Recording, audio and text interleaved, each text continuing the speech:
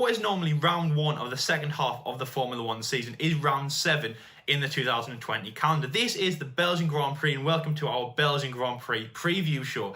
Now, first, before we start, if you are new to the channel, please like and subscribe, hit that notification bell so we have a live stream review after the race on Sunday. Make sure you stay tuned for that. And of course, all of our previews and reviews for the rest of the 2020 season. We're still in part 1, round 7 of 17, of course, after the new rounds had just been added a few days ago. Absolutely incredible for this season and what's happening. And what better way to kick off round 7 at the end of August and on the normal date that it was going to happen with a 44-lap race around one of the oldest tracks in Europe, oldest tracks in the world, and the iconic race in the Ardennes Forest, the Belgian Grand Prix. The driver's favourite circuit, Max Verstappen's favourite circuit, our favourite circuit, an amazing Grand Prix is ahead of us. As I just mentioned there, a 7-kilometre lap distance, the longest track, the longest lap in Formula 1. That creates 44 laps and 308 kilometres of race distance. It's tricky, it's technical, it's challenging, it's off camber, and the weather can definitely throw in massive curveballs in this race. We've had some iconic races here in the past, some iconic battles between teammates, Ferrari, Williams, Nico Rosberg and Lewis Hamilton in 2014, of course. In 1998, we saw the most expensive crash in Formula 1, which included half of the grid coming around La Source corner, a massive crash which red flagged the race and caused millions upon millions of damage. Speaking of La Source, we of course also saw the 2012 crash between Romain Grosjean, Lewis Hamilton and Fernando Alonso. Romain caused that and got a one-race ban, the first time that had happened in around 30 years in F1, and took out Hamilton and Alonso out of the 2012 standings. Alonso fought back, but that race really hindered him. I bet Romain wasn't on his birthday list on that year. And again in 2018, Charles Leclerc and Fernando Alonso were involved in a big crash at La Source. Yet again, Fernando, the second time in 6 years that he was involved in a crash. He went over Charles Leclerc, and the halo was known for the first time to be known as the best thing to happen to Formula 1, as it could have possibly saved Charles Leclerc big injury from that crash. But let's stop talking about crashes, let's talk about the on-track action. And what we saw from 2019's event was absolutely incredible. Charles Leclerc's first victory in Formula 1. It could have come 2 races later. He could have won in Bahrain if the power unit didn't let him down, and in Austria, but nevertheless, he took an amazing win at the Belgian Grand Prix. He dominated them. Ferrari dominated that weekend, definitely needed by the Scuderia after a struggle in part 1. They dominated the first round. This was the first round of the second part of the season, so we thought Ferrari were going to be back. And Charles Leclerc took the victory for Scuderia 1 year since they won previously. Sebastian Vettel won the 2018 Belgian Grand Prix, and that was their most standing win until Charles won the next round at Spa. An incredible race for him, absolutely dominated that race. It was filled with emotion and maturity from Charles Leclerc, and again, if you weren't a Charles fan, then you definitely had to be on that round. He showed the absolute upstanding maturity winning that race after what had happened in that weekend. It was a very sad and a very upsetting tragedy what happened on the Saturday in Saturday qualifying for Formula 1 and the first race of the 2020 Belgian Grand Prix for Formula 2. Formula 2 driver and dear friend to Charles Leclerc, Antoine Hubert, sadly passed away after injuries sustained from a crash. It was devastating for Formula 2 and Formula 1 and the motorsport community. Formula 1 lost a rising star, the motorsport community lost a friend, and Formula 2 drivers were in shock after losing a friend, a competitor, a rival, and a great guy in the Formula 2 paddock. Now, as I've just mentioned there, he was great friends with Charles Leclerc, growing up in the south of France and Monaco. Those two drivers did many karting races and were very good friends on and off the circuit. Racing in lieu of what had happened to a fellow compatriot and a fellow person in your sport is very sad. Obviously, drivers were known about the dangers of Formula 1 and in motorsport, but Charles Leclerc lost a dear friend. It must have been very upsetting for him, but he showed the utmost maturity and respect, and he drove for what Antoine would have wanted, and he won the race in his memory. He had halted celebrations on the podium wearing a black armband, having RIP Tonio, the nickname of him, on the halo and on the other side of the steering wheel, so we could see on the onboard cameras, with halted celebrations alongside himself and the two Mercedes drivers of Lewis and Valtteri. He showed the utmost respect and tributed the win to Antoine, his dear friend that was lost in that weekend. Absolute maturity to the max for Charles Leclerc in that weekend, and I've got to say, if you are a Charles or a Ferrari fan or not, the reputation of him must have gone through the roof at that race. An incredible race by him, the memories and the triumph and the respect that was shown for that race. Absolutely incredible. 2019 will be remembered for different reasons, but a whole load of emotion. But as we head into the 2020 race, again, no fans, which is very upsetting, but we are set for 44 laps of good Formula 1 and Formula 2 action. So let's get this preview show kicked off, as we do always, with an onboard lap around Spa-francorchamps done by Dan from F1E Reviews. A great track to see as a spectator if you are lucky enough to drive it, or even on the video game. But here we go. Here is a lap of Spa-francorchamps. Enjoy.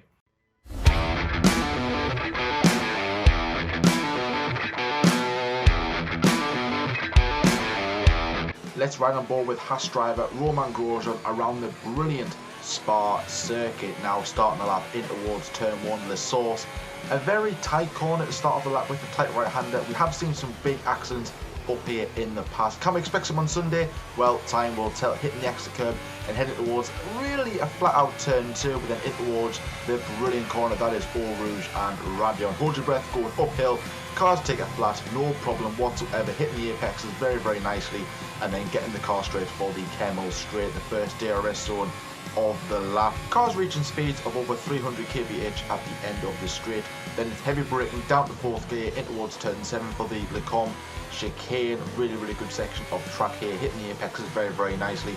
And you've got the gravel trap on the left hand side there, so of course if you do go wide, then be sure you may just get beached. It's a downhill, heavy braking, very easy to lock up the front as well in this particular part of the lap.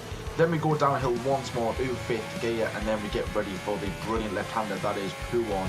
What a corner this is. Cars almost taking a flat down to 7th gear, hitting the wide apex and coming back in, making sure that you don't again lose the rear there. Then in towards the next chicane, turn 11, down to 4th gear, in towards 12. And again, just trying not to get a really harsh exit on the car, because of course times can be won and lost here. Then it's down to 4th gear, in towards turn 14, make sure you get a very good exit. And as well, it's very important that you don't lose any of the car here, because this part of the lap is very, very important. There's not that many corners to go. Cars do take these corners flat. And the next one, that is Blanchimont. We've seen Max Verstappen do a brilliant move here a few years ago now. Again, cars taking it flat as if it's not even there. Then, of course, a very, very pivotal corner, the bus stop chicane, all the way down to 2nd gear, getting those apexes. Again, it's very easy to go over too much of them apexes, taking too much of the car, losing your time, and then we across the line. And that is a lap of Spa-francorchamps. So what is being said heading into the Belgian Grand Prix? Well, we know one thing is a certain, that Renault aren't going to be protesting Racing Point's brake ducts anymore. They have withdrawn their protests throughout the duration of the season, and they'll be doing it no more. So there'll be no more, okay, breaking news after the race, Renault have protested Racing Point's illegal brake ducts. No more of that. But Renault are also in the news this week, however, more for Formula 1 terms, I would think, a very good thing as well. They're going to be giving Esteban Ocon a brand new power unit and a brand new gearbox. Now, Ocon hasn't really set the world alight in 2020. He was tipped quite highly back in his Force India days in 17 and 18. He was, very, very, very highly rated. But nobody seemed to be banging on the Esteban Ocon drum this season. It hasn't been as obvious to what it used to be. He's sitting in 12th at the moment on 16 points. And Renault, Renault have made a little bit of progress. I think Ricciardo is performing a lot better than what everyone thought he was going to be doing. Renault have slowly but surely been upgrading their car throughout the course of the season, and it seems to be doing quite okay. And they're coming to Spa. It's a very power-needed circuit, so it's required for Ocon to get a brand new power unit. Is that going to push him further up the grid? Well, let's hope so. I do want to see Renault and Ocon kind of building some more performances, getting in the mix of that battle, and having a bit of a close battle with his teammate Daniel Ricciardo before that year is out. And of course, Daniel Ricciardo goes off to McLaren. So yeah, keep an eye out on Esteban Ocon this weekend. Another team who hasn't really been setting the world alight in 2020 is Alfa Romeo. They're currently sitting 8th in the constructor standings and only on 2 points. It's been a very poor season for the Swiss-based team, and I think that's mainly down to the Ferrari power unit not being as powerful to what it was last year. And Frederick Vasseur, I was listening to his Beyond the Grid podcast, and he was trying so hard not to blame the Ferrari power unit when it kind of is the Ferrari power unit letting the team down. But he's also saying that coming into Spa, it's almost going to be like a fresh start for the team. They're going to be bringing some new upgrades to the car to try and push them into the midfield battle. That's what he really wants to do. He said, and I quote, he he wants to start chipping away to that gap within the midfield. I think they're kind of on with Haas and Williams is kind of, battling towards the back. They want to be kind of getting away from those and challenging the AlphaTauris, the Renaults, maybe not Racing Points, but I'm used to saying Racing Point within the midfield. But you know what I mean, trying to close that gap up. And Kimi Räikkönen and Giovinazzi, they're not really happy with the car, and I think Frederic Vasseur, he's optimistic, thinking that things can improve, but realistically, it's not going to be anything spectacular this season. They can certainly improve, absolutely. They've got the facilities, and of course the experience of Kimi Räikkönen, and of course the playiness of Giovinazzi, I suppose. Nothing against Giovinazzi, he is a good driver. And certainly, Alfa Romeo, I do want to see Alfa Romeo further up the grid. I did honestly believe that they were going to be a surprise package this season because they weren't making a lot of noise in winter. And when a team doesn't make that much noise, they normally kind of, you forget about them because they haven't made that much noise in the media. And then they've got like the fourth fastest car, and you go, wow, I forgot about these guys. But I don't think that's going to be the case this season. But they can certainly improve. I think Belgium is going to be a kind of a struggle for them for this week, as will all Ferrari-powered teams. But I'm sure they can be optimistic this weekend. Can they get, I think realistically, anything more than Q2 or getting into Q2 within one car, like Kimi did at Spain for the last race, I think that'll be a pretty optimistic weekend. Will they score points? I think a lot of things will have to happen around Spa for that to happen, but nevertheless, let's see what Alfa Romeo can do this weekend. So then, my predictions for this week's Belgian Grand Prix. Now, before I start, as I always do, of course, let us know your top 3 and your fastest lap in the comment section below if you want to take part in our prediction league, which you can keep track of over on Twitter. Links will be down below if you want to go and follow us over on Twitter, or the league tables will be posted on there. The tweet that will get you get you noticed when to post your predictions. Of course, you can do it underneath this video, or you can do it underneath that said tweet with all the rules when the entries close, which is just before the start of Q1. So you've only got about 48 hours or so to get your predictions in, which is plenty of time. You can do it now and be bold, or you can do it during the practice sessions, and therefore you've got a bit of an inkling as to who is going to be where. But see, us at the F1 Debate Show, we're pretty bold with this, and we kind of have to do it because the video goes out on the Thursday before the Friday, so we've got nothing to go off, but nevertheless. So my top 3. So in third place, I'm going to go with, now I've said these guys about 2 or 3 times this season, and I'm very surprised with the car that they've got that they haven't got a podium this weekend. But I'm going to go for them once again, and that is the Racing Point team. Now, I'm not going to go for Perez. I'm going to go for Stroll. Now, the reasons for that is Stroll has been doing quite well this season, and I've been relatively impressed with the performances of the young Canadian. There was a lot of doubt at the start of the season as to whether he's going to be able to deliver when Racing Point / Aston Martin make that progress to, let's say, being a front-running team, because let's face it, that is going to be the case with Lawrence Stroll's investment within the team, and with Aston Martin coming on board in a brand new factory. You can kind of see where this is going almost. So, and Lance Stroll's been, I would say he's been pretty good. He's made a handful of Q3 appearances. He's beaten Perez. I think it's 2-2 in practice and qualifying. In qualifying and the race. Despite Perez missing 2 races, of course, you don't class them. But nevertheless, still, he's level with Sergio Perez, and he hasn't really been letting him get away from his teammate. So I think that's pretty good on Stroll's behalf. So I'm just going to go out on a bit of a limb, because I've said Perez twice now this season. So I'm just going to go with something different. I'm going to say Lance Stroll will get a podium. Will it be on pace alone? I would like to think so. I do want to say that Racing Point do well, make the most of what they've got, because they've got a really good car in their hands. We know it's a copy of last year's Mercedes.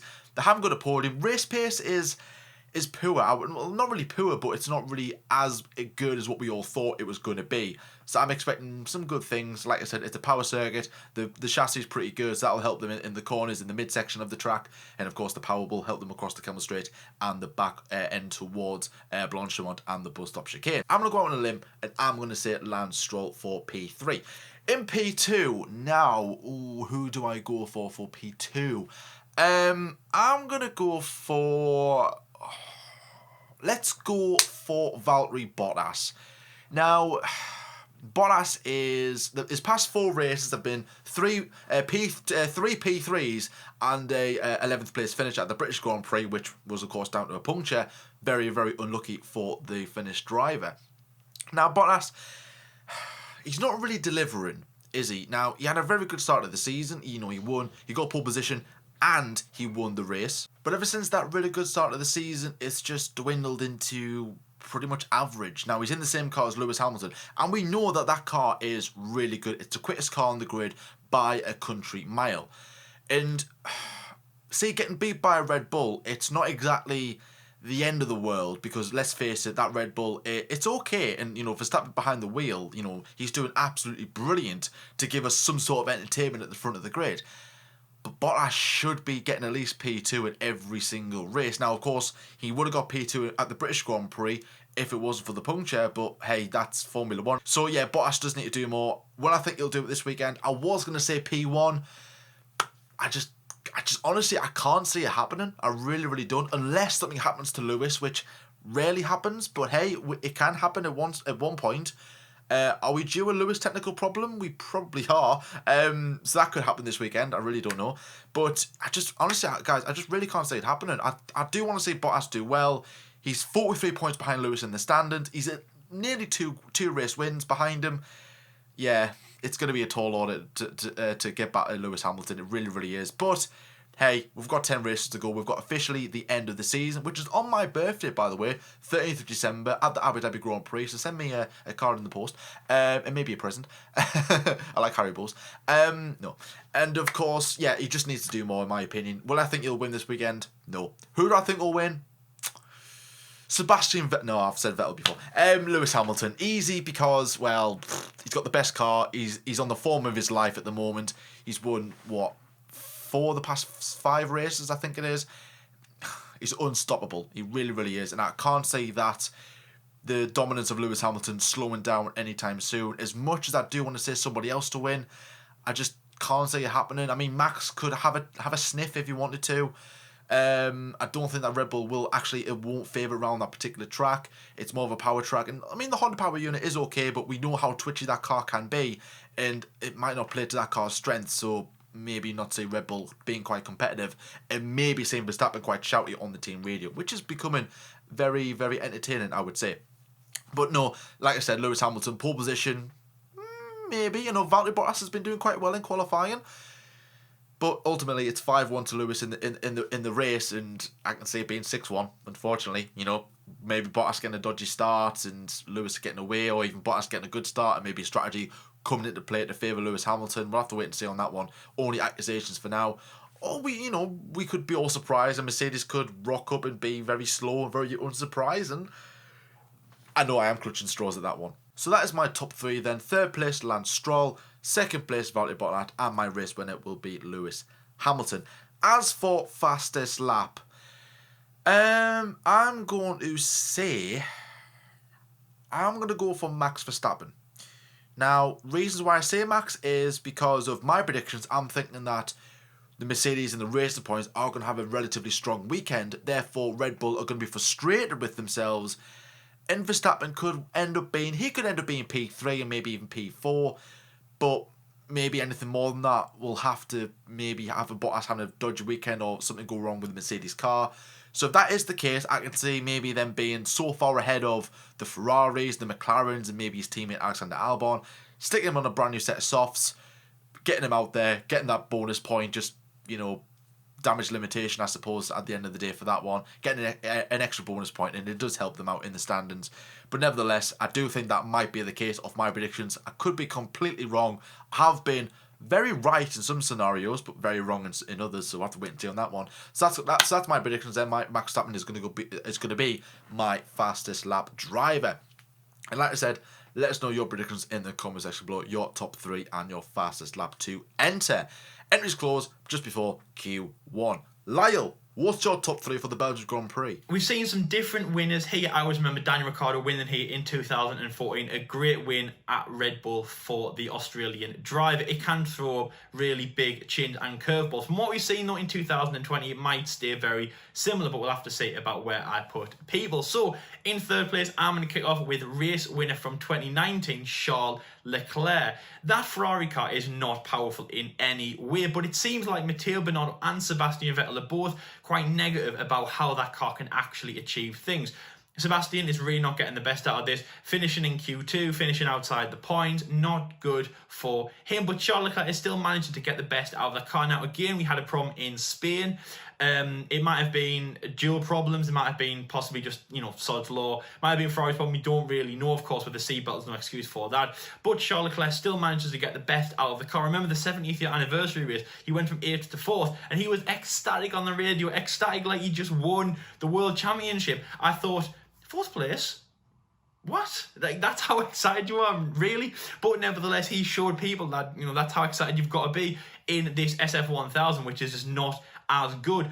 And of course, he won last year. And again, that Ferrari does well around here. A track where, again, the car's still in control, but maybe a little bit more, maybe by another 10%, the driver is more in control. You can change it. It is a long, fast circuit, but again, you've got these technical corners, the weather, and things like that can definitely affect it in the strategy. So I'm thinking that Charles Leclerc, if he gets his head down and he focuses on, obviously, how he won last year, and basically what Ferrari are not being able to give him, I think that he could have a good race. Now, again, I'm talking like he could have won the race.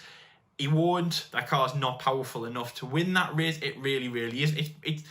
Ferrari is kind of like a midfield team now in terms of the power of the car. They're a midfield team, but they have X-ray drivers. They have incredible drivers. And Charles is definitely a front-running driver, and he can produce some great results out of that car. I'm hoping that if he pulls that car onto the podium, it will show Ferrari and himself that he is there to stay. Ferrari are, they're not as bad as what Seb and Matteo think they are. And, of course, Charles Leclerc is strong enough to go in for next year, which he will be the leader of the team in 2021 alongside Carlos Sainz. Moving into number 2 now, and I'm going to go for Max Verstappen, the man who has dual nationality of here and the Netherlands, and with no Zandvoort on the calendar, this is another one of his home races. Now, again, I know it was a retirement. A lot of people will say that in the comment section below. But last year will have affected Max Verstappen. He retires after a pretty silly crash at the start with Kimi Räikkönen. Alexander Albon, his teammate, who was doing his debut race, again, caught up with the Trading Places 2.0. He was doing his first race with Red Bull Racing, of course, when Max's old teammate, Pierre Gasly, was back at Toro Rosso. They both out-qualified him, and Alexander Albon had a good race. Max retiring wasn't good for him. It wasn't good for the site. It wasn't good for his fans who came out to see that. And to be honest, apart from Brazil, which of course Max won the race, the penultimate round of the 2019 season, which only feels like yesterday, Max, to be honest, didn't have a good second half of the season. If he had a part 1 and then a part 1, he would be a lot further up, possibly challenging for the World Championship. And I think Belgium did start that off. Now, again, I know it was a retirement. I know it's what a lot of people are going to say. But I do feel like Belgium was not a good race for Max last year. He'll want to rectify that. I do feel like, very similar to Lewis, he has got a very good bounce back persona about him. He can really rectify what could have gone wrong. Again, a little bit like Britain and the 70th anniversary. He didn't win that race. I think he believed he could have. Red Bull believed he could have. Then what did he do in the 70th anniversary? He won the race. Very much like that. So I can see second place from Max. And again, very much like Charles, strong enough to win, but that Red Bull car, stronger than the Ferrari, is not as strong as first place, which you can probably guess who it is. It is the Canadian driver of Nicholas Latifi. Nicholas is such a strong... I'm only joking. I mean, do you believe that? Let me know in the comment section. Tag it. And let me know in the comment section, did you believe that? Tag the time. No, Lewis Hamilton, of course. Lewis is going for all these records. Another record was broken, and he has a chance to extend this. The most podium trips was broken in Spain, beating, of course, guess who? Michael Schumacher. He is extending that record. He's also, of course, now chasing Michael's record, which now, if he wins this race, will be his 90th win, 89th or 90th win in Formula 1. Absolutely incredible from him. And again, he has definitely got, like Max Verstappen days, but maybe a little bit stronger than Max. He's got a very good bounce back mentality.